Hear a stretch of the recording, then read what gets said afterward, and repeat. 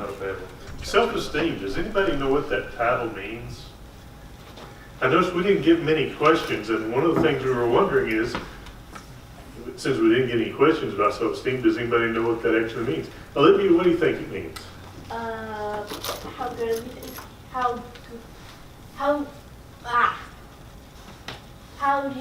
how do you rate yourself from 1 to 10? Okay, yeah, it's kind of how we see ourselves. And that has a lot to do with how we'll interact with our environment, whether we take risks, whether we do things or don't do things by the way we see ourselves. It also will kind of direct us towards which friends we choose, which friends we avoid, what kind of things we want to be involved in and what things we don't want to be involved in. So it has a whole lot to do with how we see ourselves. Now, the problem with that is we're not always a good judge of who we are and what our strengths are, or maybe we overinflate our strengths. So we have to be careful on both sides about seeing ourselves as too great or seeing ourselves as too or less than, not as great. So we'll start off there.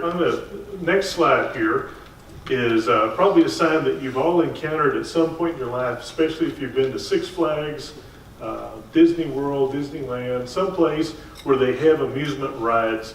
There is a cutoff point. You cannot ride unless you're this height, right? Yeah, but that's on how we can or can't get on a ride, but there are other standards that we look at.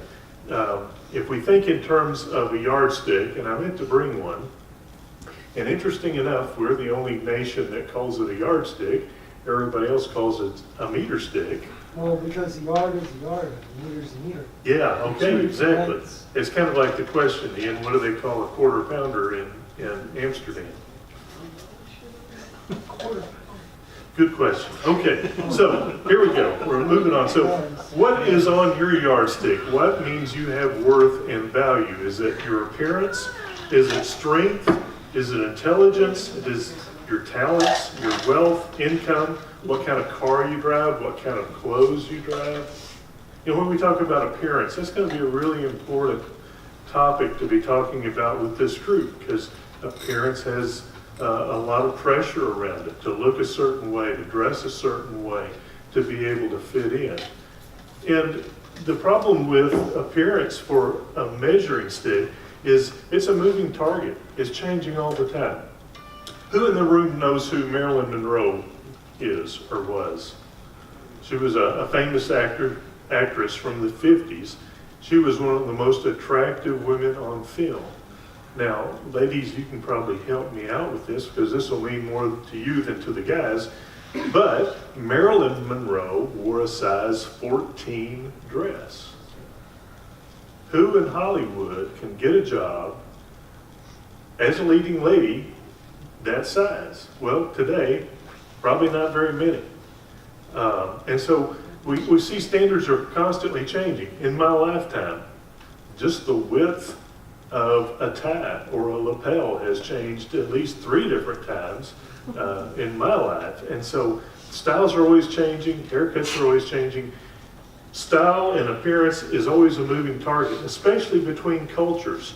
Let me show you what an attractive woman, let's see, next slide. Taking a look at the world's view of value. The world sums up our value based on our abilities and the opinions of others. So saying, my value is what I feel I'm good at, plus how people view me and how people think of me. If our value is based on beauty, we could say, hey, I'm a very attractive person. I fit in well with my community. But let's take a look at what beauty looks like in Burma. This is a coil that these young ladies will wear starting early in their youth to give the appearance of an elongated neck. Now, it doesn't really stretch the neck out. What it does is it deforms the growth of the clavicle or the collarbone, and it'll deform their shoulders. And I showed you kind of a medium picture here because the extreme ones are pretty gross. A very deformed upper body because of this this desire to have this long neck because in their culture it's considered to be beautiful. Would we consider that to be beauty in our culture? Probably not. If we were to look at the Maori tribe in New Zealand, one of their popular traits is to tattoo the chin. Except for they don't call it tattooing. They use a device very much like a chisel, where they actually cut into the skin to make these marks. That's still tattooing. It's not a puncture. It's a carving that takes place here. And we see young ladies, when they meet an age of maturity, are allowed to get this type of marking. And you'll find pictures of young and old with these. And at a distance, it looks like they need to wipe their chin. I mean, it's really disturbing to look at. And so from our Western culture, we'd say that's very unattractive. And luckily, we have no problems with the things that we call attractive, right? There's no pressure on beauty at all in our culture. Or is there? Let's take a look at the next slide. We think of some of the extremes some of these other nations go to achieve beauty, and I'm not so sure that we're too far from extreme type of thinking as well. Oftentimes, people will endure plastic surgery for the look of appearance. And the pressure is so much more on females than it is for males. A typical female can pick up a fashion magazine and feel her self-esteem lower with each page she turns because there's a standard to look like this, to dress like this, all these different, from fingernails on up. Lionel Richie was a popular entertainer in my generation, and his daughter, Nicole Richie, she was a running mate, hung around with Paris Hilton a lot. And Lionel Richie made the comment, he said, in my day, there was pressure on women to look beautiful. In my daughter's generation, the pressure is to be perfect. And so we can take a look at the pressure that comes along with looking good. I like this quote from Sam Levinson that talks about beauty and puts it in terms of characteristics. For attractive lips, speak words of kindness. For lovely eyes, seek out the good in people. For a slim figure, share your food with the hungry. That's kind of a nice way of summing up beauty in our culture. So if we take a look, we can take a look at the pressure of self-esteem on culture, and keep in mind that there's a lot of pressure at your age. There's also a lot of pressure for us older adults as well. But we can kind of take a look at the differences across the lifespan. For youth, the pressure is to fit in. I want to be normal, average. I want to be able to fit in. For adults, the pressure is to stand out. So you can see that fitting in or self-esteem is always a moving target, and it's going to affect us differently. The pressure may be what kind of car you drive, and the pressure can be for us adults as well. What kind of car we drive, what kind of home we live in, what school district we live in. All these things, same type of pressures that y'all have, we can have as well. The same challenges in self-esteem that young adults have as well. So when we see how much others' comparisons affect our self-esteem, it makes me wonder, should we even call it self-esteem? I mean, we talk about it's the esteem we have for ourselves, but do we truly own it? Or is it dictated by the opinions, the comparisons of others? Thinking about comparisons, when a child is born, we want to know some information right off the bat. When you hear somebody just had a baby, what's the first thing you want to know? Okay, boy or girl. We probably know that before we ever get to the delivery room, right? We've got sonograms that'll give us an idea about that. So we have an idea of the gender. What's the next thing we want to know? Name. Name, yeah. We want to know first name, we want to know middle name. We don't want to know second middle name, third middle name. Okay, sometimes that can be kind of a long process. What's the next thing we want to know? What does it look like? Okay, who does it look like? Yeah. Okay, that's a good question. Yeah. Some of you moms, what are the things that y'all are interested in? Height, weight, Weight and, are they healthy? yeah, we don't say height, we say length, right? Because they don't stand up, they lay down. So, yeah, we want to know the weight and the length. I'm sorry, weight and length. And when we get that information from the doctor, we want him to give us some type of range of what does that mean? When he's 6 months old and he weighs 10.5 pounds, what does that mean?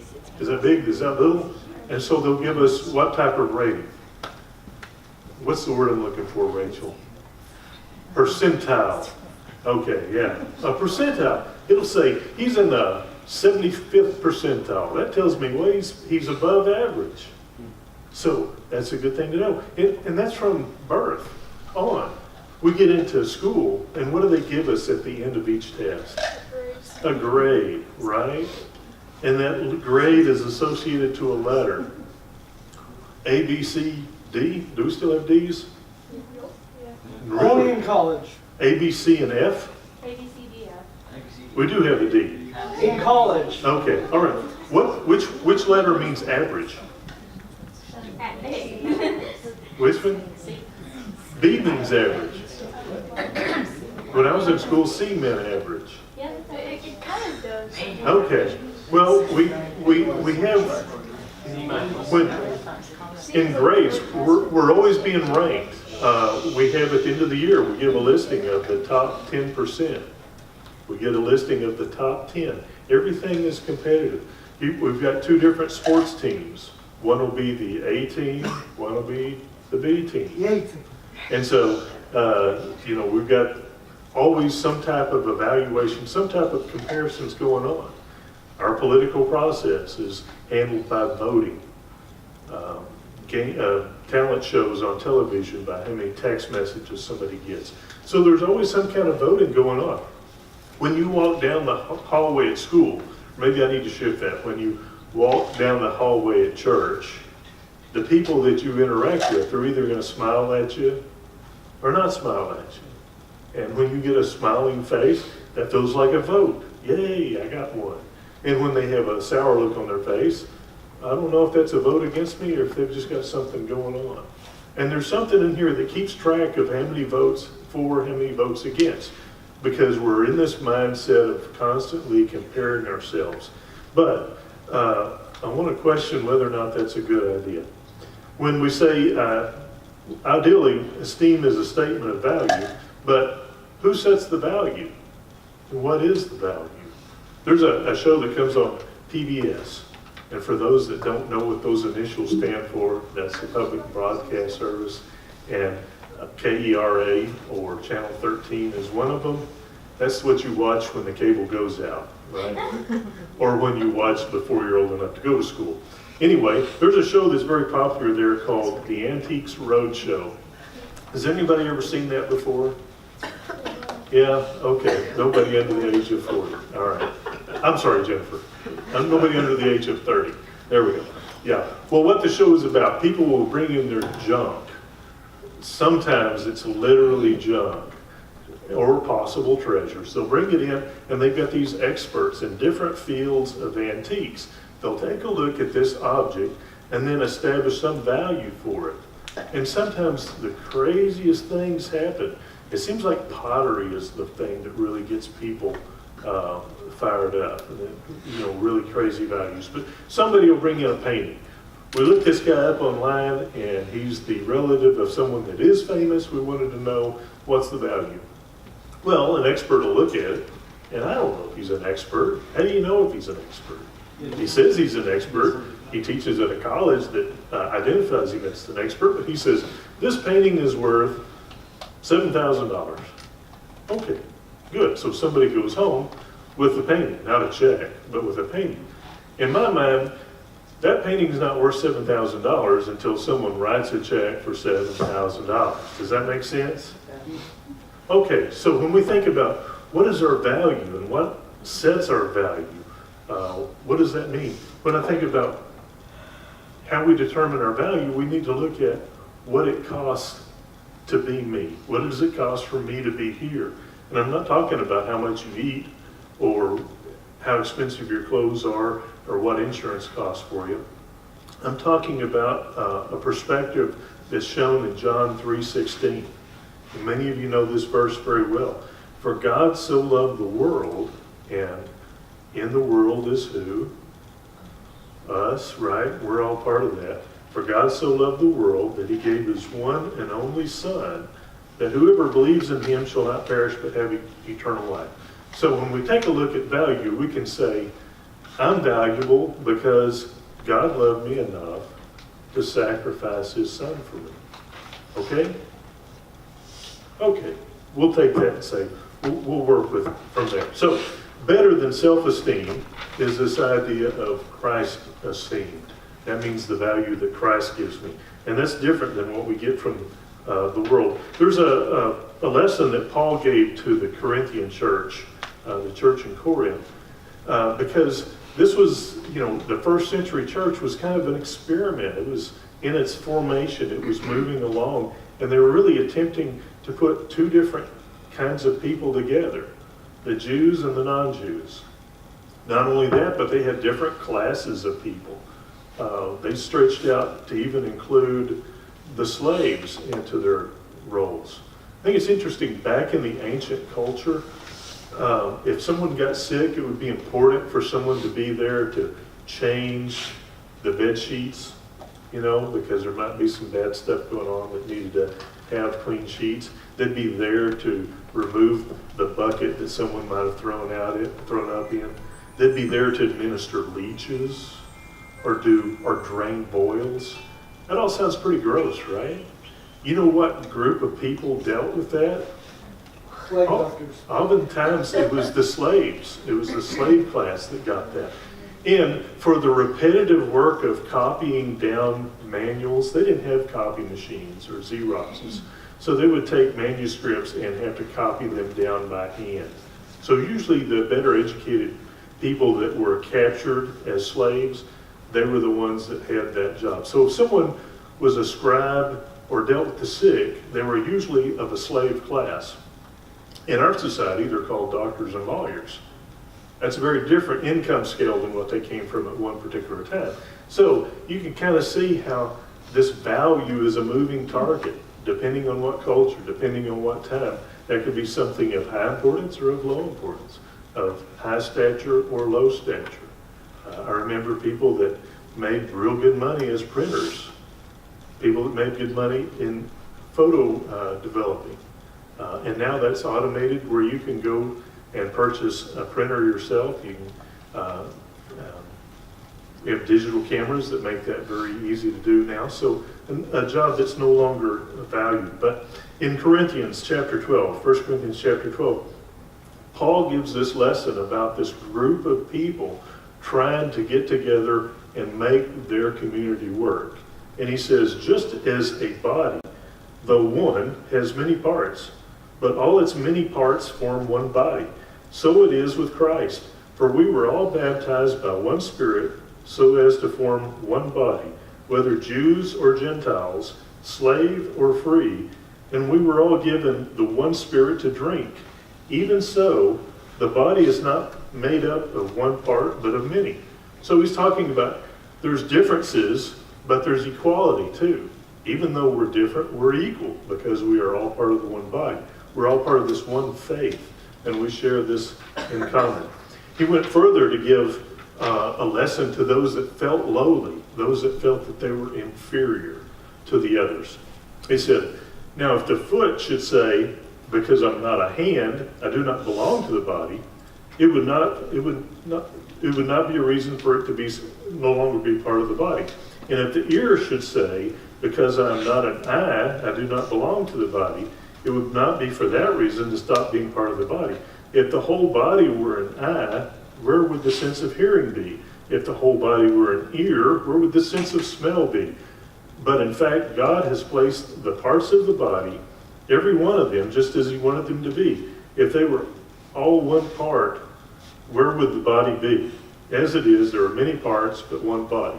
So his message was to those that think of themselves as less than, he pointed out how much more important they thought they were, that the body needs all of its parts to be essential.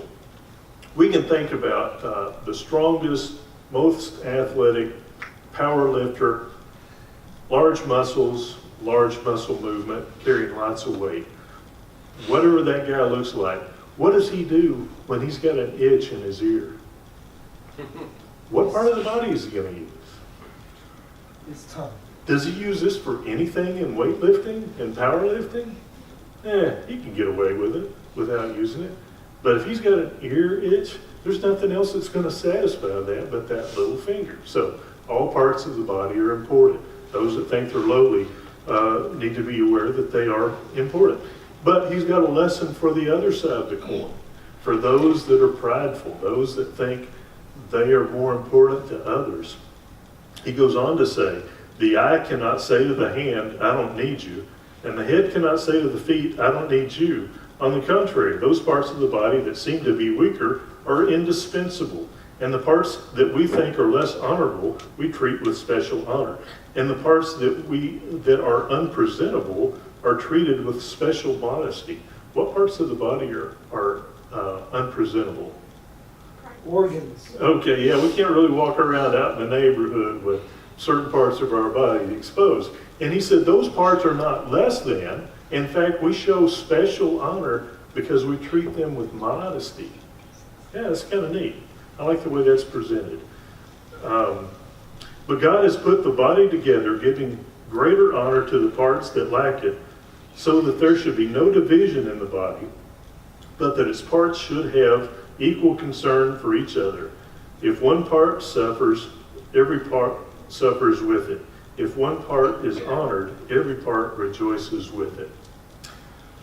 That is a very true statement. If one part suffers, the whole body suffers. I have got a struggle that I've had for the last 6.5 weeks, and it is called vertigo. And it comes from an infection in the inner ear of my right ear. And the whole section is smaller than the size of my thumbnail. But it keeps my body from doing things that I would really like for it to do, like walk a straight line or not have the room spin at times. So his statement is that because we are all different parts of the body, we're still one party. We're still one body. And when one part suffers, we all suffer. When one part rejoices, we all rejoice, right? Now, we all feel Jennifer's pain that she's got another week of school, don't we? Yeah, I mean, we're glad we're out of school, but we feel her pain because we're part of one body. And we rejoice with those that rejoice. We weep with those that weep. Confidence is a component of healthy self-esteem. Confidence isn't the result of flattery or of compliments, but is the carefully managed result of success and failure.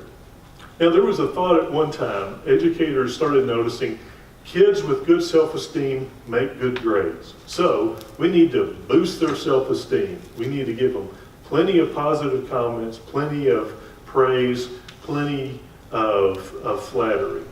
And the idea is we're going to start giving everybody trophies. We give everybody ribbons. Everybody is on equal ground. Everybody gets a trophy.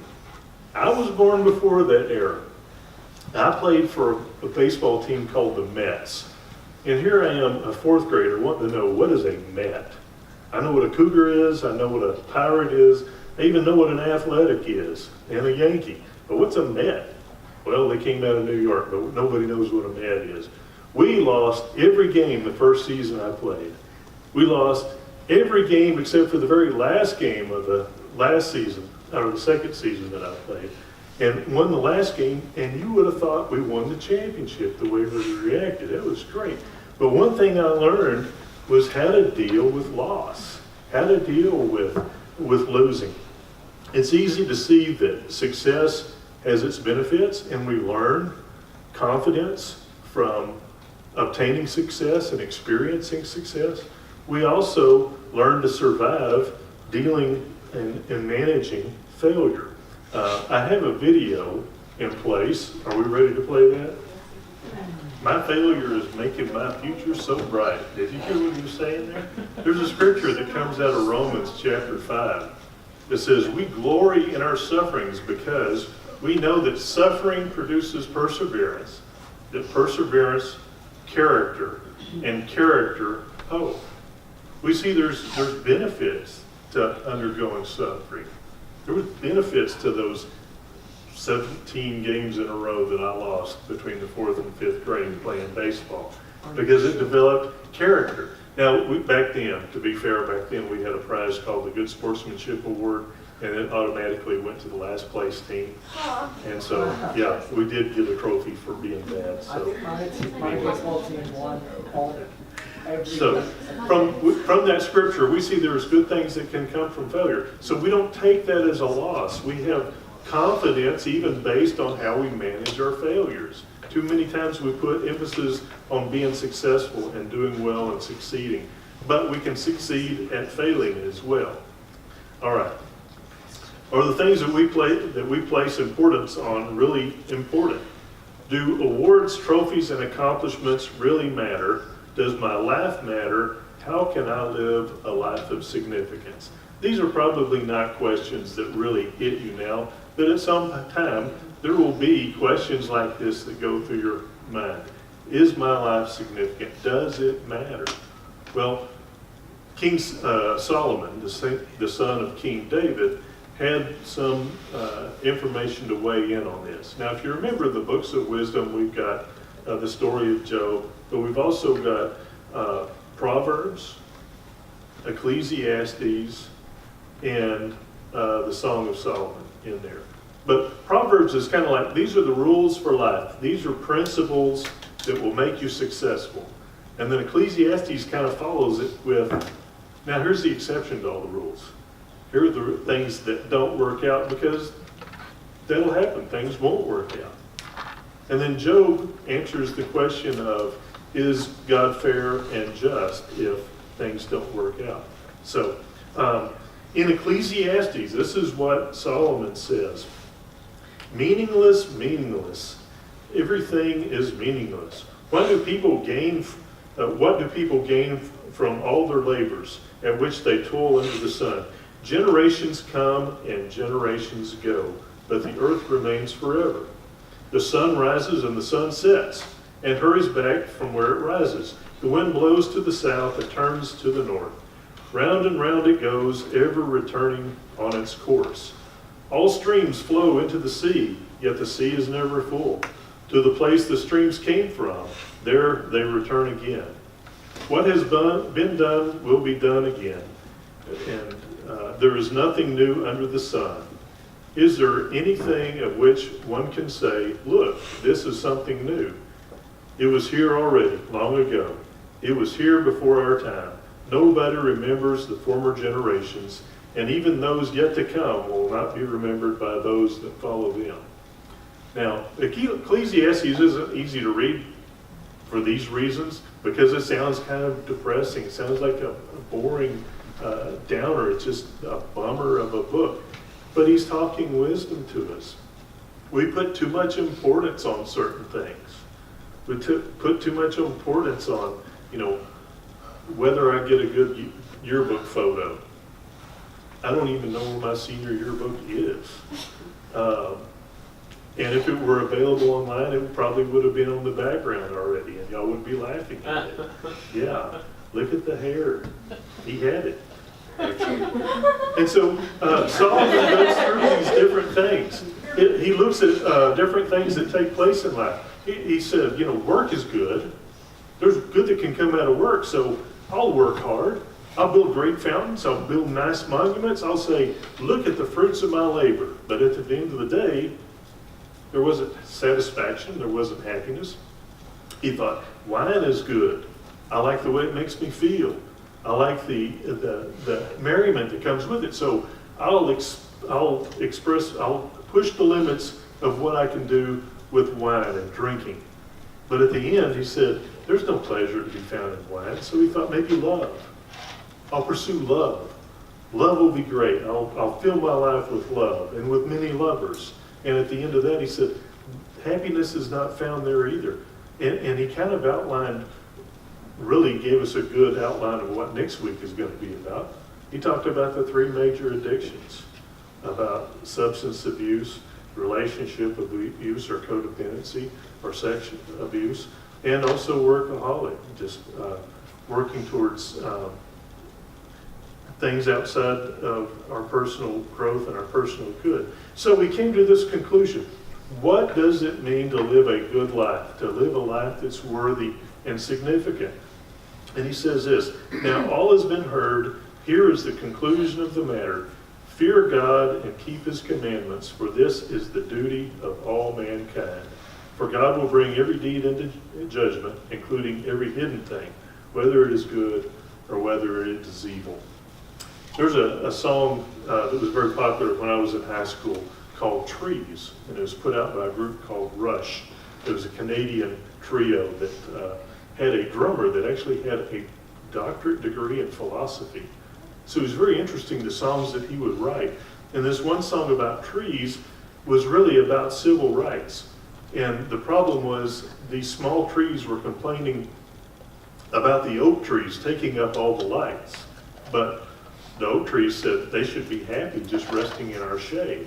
And so they went on with this battle between the trees about who was going to get the rights to the sunlight. And at the end of the song, the statement was made that all trees were made equal. You know, in the court, all trees were made equal by hatchet, axe, and saw. And that's kind of the theme that Solomon is giving us. We spend so much time consumed with the opinions of others, the thoughts of others, current trends, styles, culture, when in the big picture, it really doesn't matter. All of this doesn't matter. What matters is being faithful to God and honoring him and the work that we do. Last thing I want to leave you with, a book written in one of the landmark books in psychology was called Man's Search for Significance. And it was written by Viktor Frankl. He was a psychologist who was also a Holocaust survivor. He spent time in prison in a concentration camp, seeing people die around him, being in the midst of terrible circumstances and constantly surrounded with daily thoughts of death. He survived that camp to go on and finish his education, be a prominent psychologist, and he said that for us to live a meaningful life, a life that has significance, it requires that we have three things. That we love others more than we love ourselves, that we be part of something bigger than ourselves, and that we be able to manage suffering. And he went on to continue to talk about how important suffering is to our own personal growth and how we develop and have strength from it. We talk about it in the field of athletics, that we have to push limits in order to know our limits and to gain new limits. Same thing in the things that we encounter in life. Going through tough times, to experience trials, those things are not things we search out and not things that we embrace. As something we can certainly benefit from, and our value can come from the things that we go through. Our value can come through how God gets us through those things. Our value is a direct reflection of the value that God gives to us. We need to be reminding ourselves of these positive things. We need to have a good positive dialogue going on at all times. A dialogue that's rooted in truth and in faith. One statement was made, the problem we have with self-esteem is we're not talking to ourselves as much as we're listening to ourselves. And we will have plenty of fears and worries that play out over and over again. We need to make sure we're not listening and doing a lot more talking. Thanks. All right, any questions? Co-host, any questions? Yeah, before we get to our questions, go ahead and take 30 seconds and turn to the person next to you and tell them one thing that you learned. One thing that you learned about self-esteem. And go!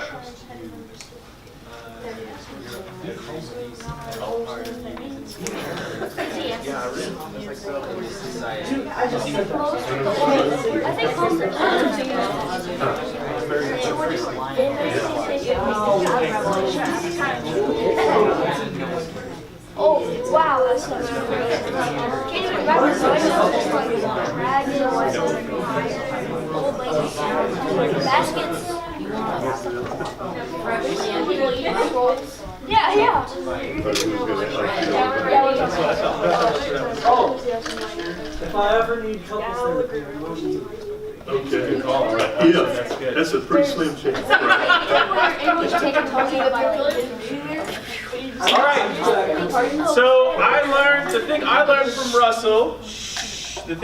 Russell, is that we often call it self-esteem, but we often give that power away to what other people think about us, about how they think that we look, or whether we feel like we're good enough is based on what other people think about us. And that's sometimes a power that we need to reclaim. Not that we need to not care about what other people think, but just that we know our value comes from something more than whether we're popular or not, or whether we're good looking enough or not. There's more important things about our value. So, question and answer time, and I do have some that I want to ask Russell, but I want to hear from the crowd first. Are there any questions from the students or from the parents in the back about self-esteem or about issues that you've dealt with in the past or know someone who's dealing with something? Feel free to ask them now.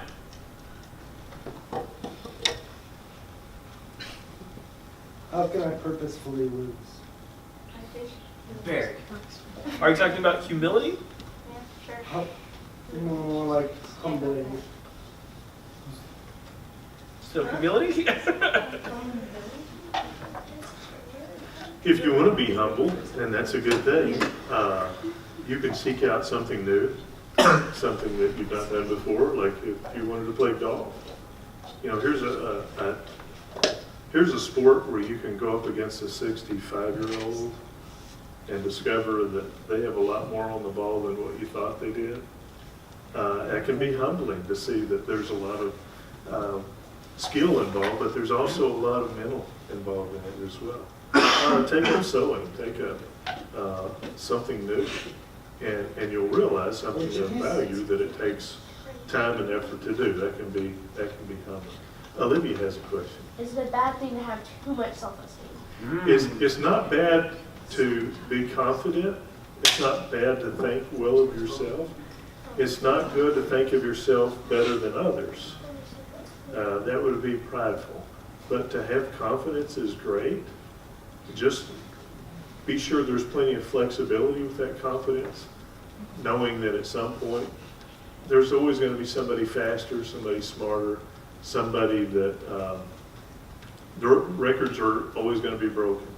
I've known, I came from a small town, sort of small, but from my town there was an even smaller town. I think this one person I'm thinking of graduated with less than 30.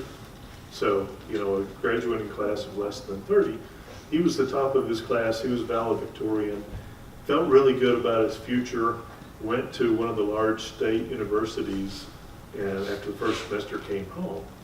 Well, the way it was summed up was he was a big fish in a little pond and didn't really like being released into a big pond.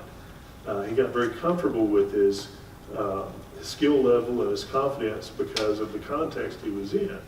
He kind of like the guy on the film. He didn't have any experience with failing. He was the best in all the categories, and so when he moved to a different category, it was really it really threw him for a loop. Didn't know how to handle failure.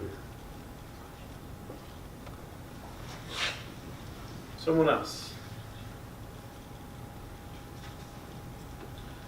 So I'll ask a question. As a youth minister, I see teens that have varying levels of self-esteem. We'll see highs and lows. And sometimes that same person going through highs and lows.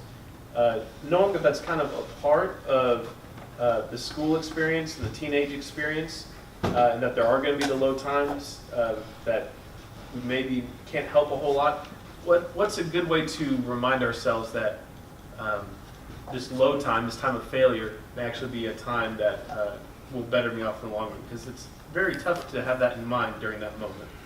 Yeah, I think that this generation has some good examples to look at as far as success. Success in our generation really followed along those that were successful early and continued on. But we've got guys like Bill Gates, you know, some of the richest people in the world, started off as what we would have called nerds or geeks. You know, it's cool to be a geek now and a nerd, to be focused on academics or to be skilled in certain traits. And so we see that the Mark Zuckerbergs and Bill Gates and those type of innovators weren't the most popular kids in school, didn't drive the coolest cars, didn't have great haircuts. In fact, one of them doesn't have that great of one now, but anyway, it's still very accomplished and very successful. So I think that there's a lot more stories of success that point us away from some of the older themes of self-esteem that can be helpful to pull from.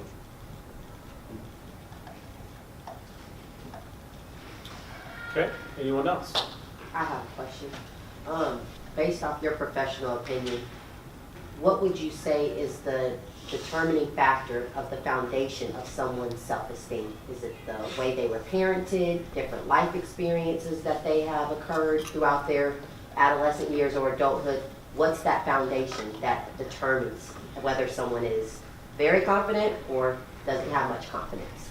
Well, I'm going to get a little bit Freudian on you here, but it goes back to our early years and how we were loved in our first days. Love is such a very important factor in our survival.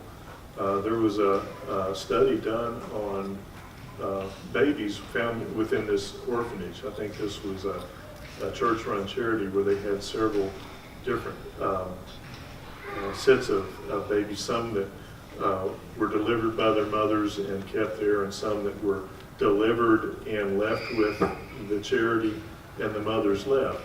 And the ones that got daily